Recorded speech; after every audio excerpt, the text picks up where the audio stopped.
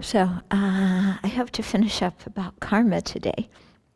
I've been going into more detail about this because this, the essence of a human life, words of advice for the lay practitioner are for lay practitioners and for monastics. And following the law of karma and its effects, making it to our advantage is very important for everybody. It's really important for people to understand that karma is not cast in concrete.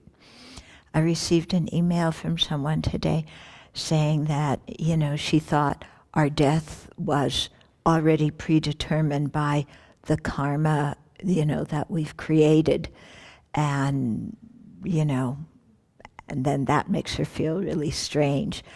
But it's not like that. It's like when we're born, according to previous karma, we have a certain karmic potential to live, but it can be extended and it can be shortened.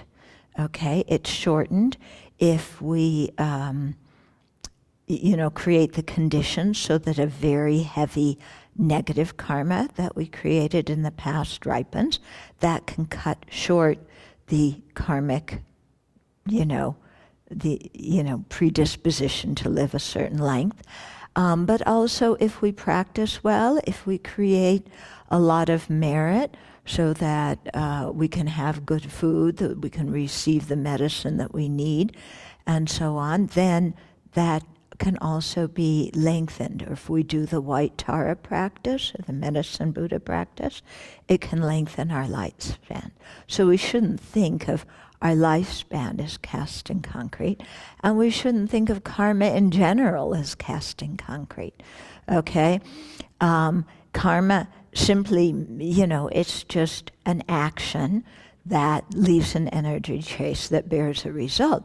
But what result it bears, is limited by the kind of, or is dependent and limited by the kind of action that was done, in the sense that happiness always comes from virtue and unhappiness from non-virtue.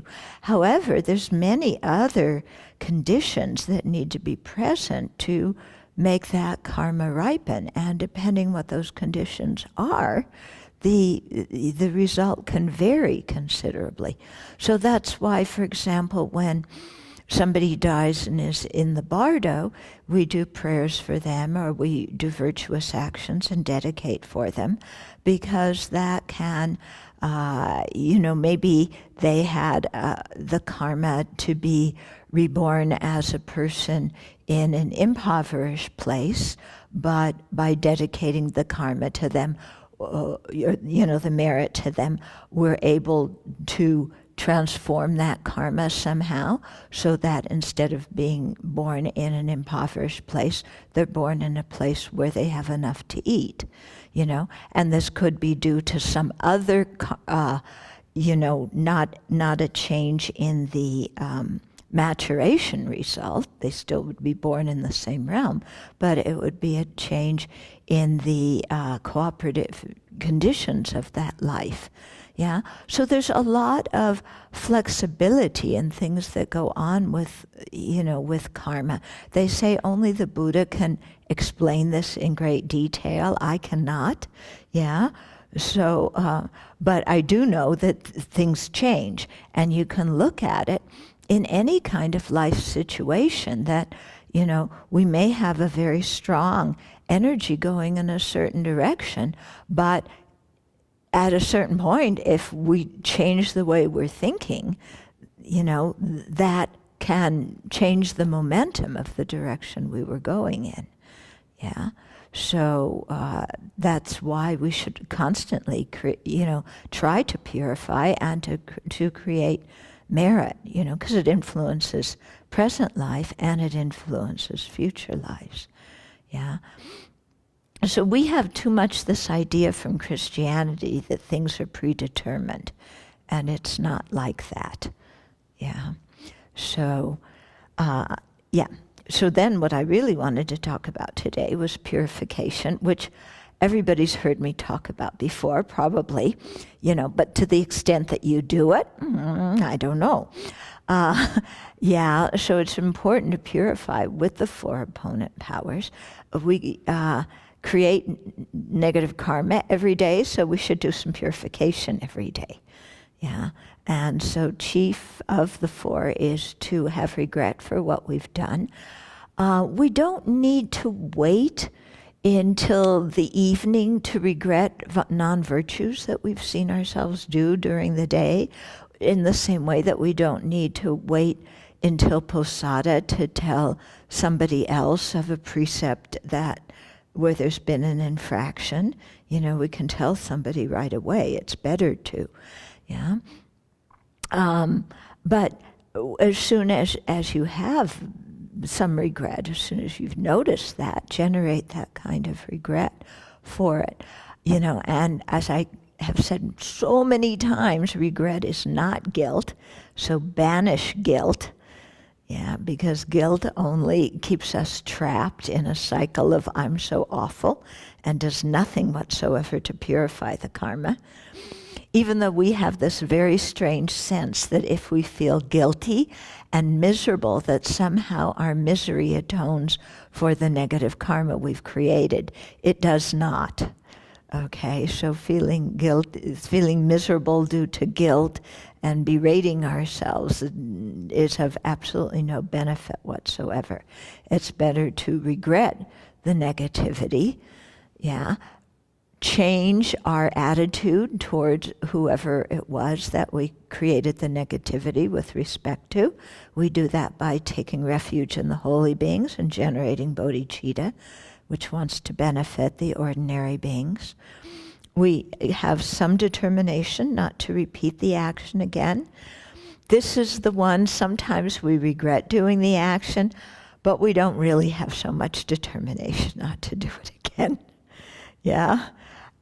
So to try and create more determination not to do it again, or to think of a certain time frame that we can practice in where we can truthfully say, I won't do it in that particular period of time, that helps us gain some confidence. And then to do some kind of remedial practice, which could be prostrations, making offerings, reciting the names of the Buddha, meditating on bodhicitta, meditating on emptiness, offering service, doing volunteer work in the community, any kind of virtuous action is also a remedial method. Sometimes people do the remedial methods. They love to chant mantras or they love to do prostrations, but they forget to have the regret, the refuge in bodhicitta, and the determination not to do it again. They just like doing the rituals, And other people, like I said, have the regret, but not the determination to do it again. And other people like to restore the relationship, but they don't really have so much regret or determination not to repeat it. So we have to try and get all 4 together, okay? And so for the negativities we've created since beginningless time, we don't have to remember each one specifically to purify it. We can also do them in groups.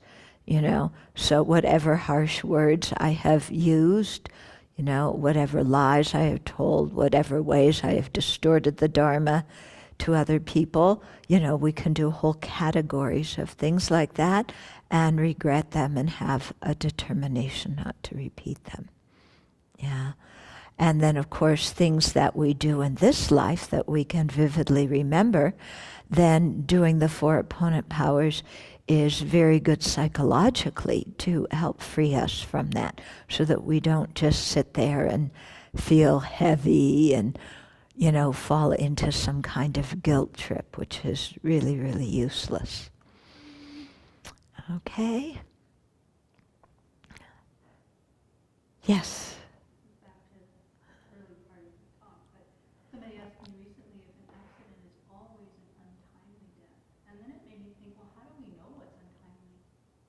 Yeah, accidents are usually untimely deaths, because it's usually your body wears out. Yeah, that's usually it, Although, yeah, even if somebody dies young, it's hard to tell from these kinds of things to predict exactly, but usually accidents are presented as an untimely death. Yeah. Because then it also raises that question where we talk about sometimes or it's been explained that if somebody, a young person, baby, small child dies, Yeah. it could be that the previous life they died an untimely death without filling Right. the lifespan. Yeah. So they have a little bit of time left. Yeah, so right, so they may have had did you have more to add to the question? Well, that makes me wonder about there not fixed time, but a general. Yeah, that's what I meant. It's a general time. And so you have this general time if a negative karma ripens, or you create a very heavy negative karma that cuts short the life in this lifetime, there still may be some karma to be born as a human being.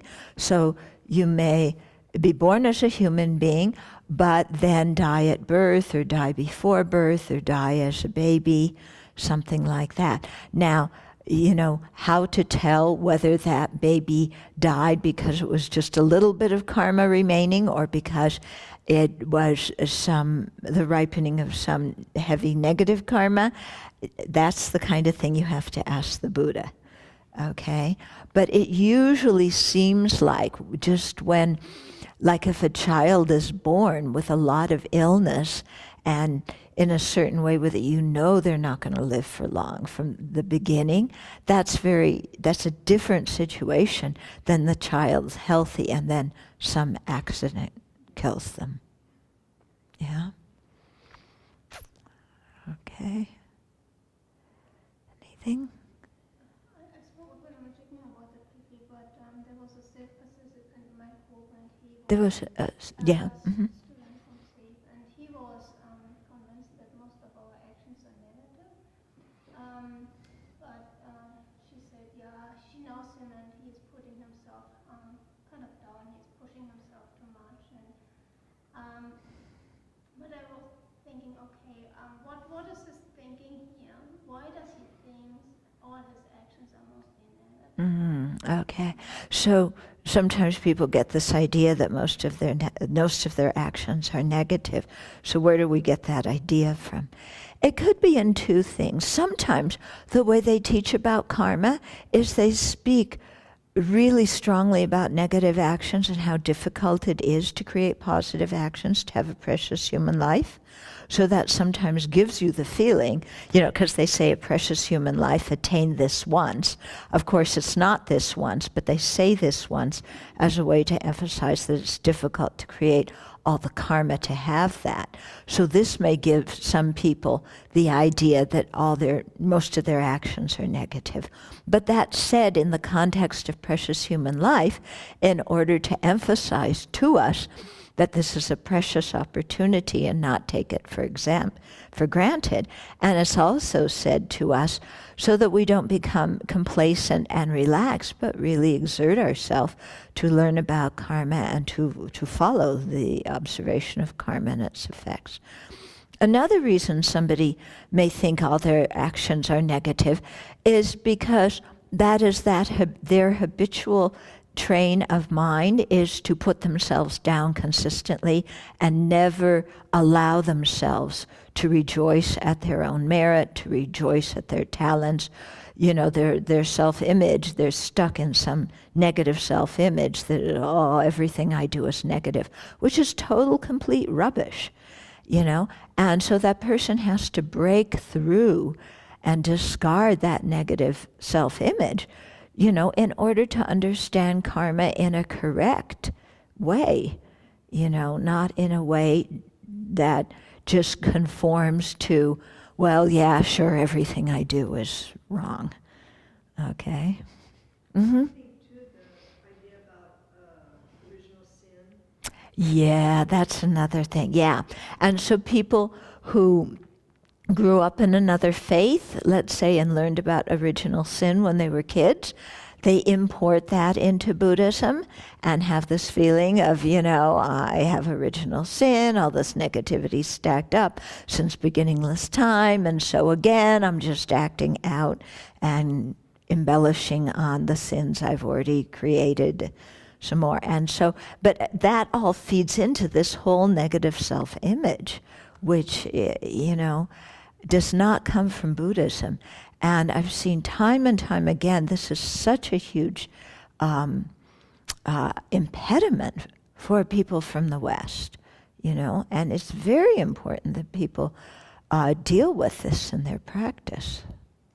I've also even seen, even His Holiness, in teaching about what the afflictions are and the damage that we have, that if we look at our own minds, we can see that generally our thoughts go to the negative. Mm-hmm. And I imagine based on that, you can extrapolate from that also. Yes. Rather than see that as a teaching that helps us. Yeah. Yeah, and that fits into the whole thing of when they're explaining certain topics, they're really pointing out how strong afflictions arise, how often they arise. And they do this to warn us against the afflictions. But some people take it to mean everything I do is afflictions and there's no hope. Okay? So this is also a point that's quite important in the Dharma, is you have to understand the teachings correctly, and that different things are said in different contexts to emphasize certain points. But we have to see those things in those contexts. So for example, like just even saying precious human life has received that once, that's not true. Yeah, we've had beginningless lives. We're going to have more precious human lives. But within the context of telling somebody that it's very difficult to create the causes, and it really is like a turtle coming up from the bottom of the sea, saying it's attained only once, makes an impact on that person's mind. Okay, so there's many things like this. When they say to see your teacher is the Buddha, it's the same kind of thing. It doesn't mean that your teacher is the Buddha. It means that this is a practical way when you're practicing Tantra to prevent your mind from creating negativities. Or even in the context of Tantra, when it says everyone around you is a deity, it doesn't mean everybody around you is a deity. It's a skillful means to keep you from generating lots of afflicted thoughts towards them. Okay? So we have to understand things in a proper way. We do a meditation. One of the meditations on the mind, establishing mindfulness on the body, is to imagine, the universe filled with bones. Yeah, and you can develop samadhi on that, and you have a form for mental consciousness. Yeah, but that doesn't mean the universe is really filled with bones. Yeah, it's a way to train your mind to help you generate renunciation for samsara. Okay, so there's many things like this. Also, not only on those kind of negative things, but also when they say this mantra one time and you'll never be born in the lower realms. That's not true, because if it were true, there would be no need for the Buddha to have given 84,000 other teachings. All he would have taught is this one mantra, and that's it. Yeah? So, but it's something that encourages people to recite the mantra and, to develop faith and confidence by imagining that particular deity and so forth. Okay? We just have the tendency to take everything literally. That's how we were taught in our culture. Tibetan culture, Asian culture, in many ways, things are not taken so literally. Yeah?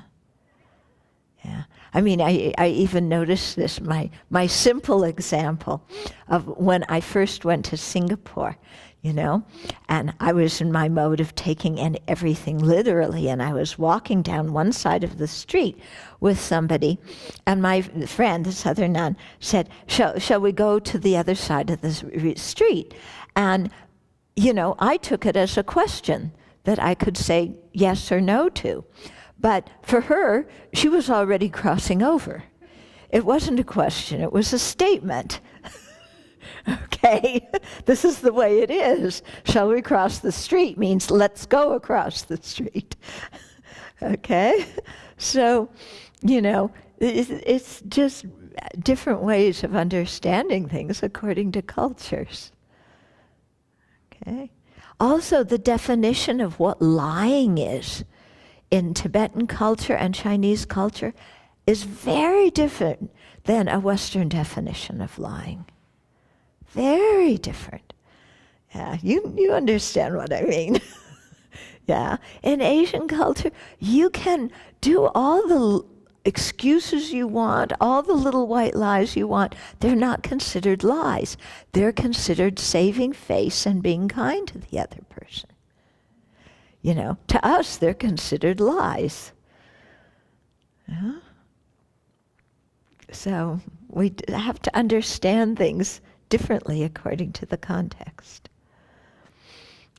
I had a Tibetan friend told me that, because Westerners take things literally, that when, and Tibetans, for example, if you go to someone's house, in Tibet, if you say, they say, do you want some tea? You should say no. And then they have to ask you a few times and kuchi you, and then you accept the tea or you accept the food. Yeah. In our culture, if someone says, do you want tea or dinner, and you say no, that's it. They don't offer again. So my Tibetan friend told me that he was warned by other Tibetans that, if you're hungry and they offer you dinner, say yes. Because if you say no in a Tibetan way, which is polite, you're going to go hungry. So, yeah? Uh-huh. Very much. Okay.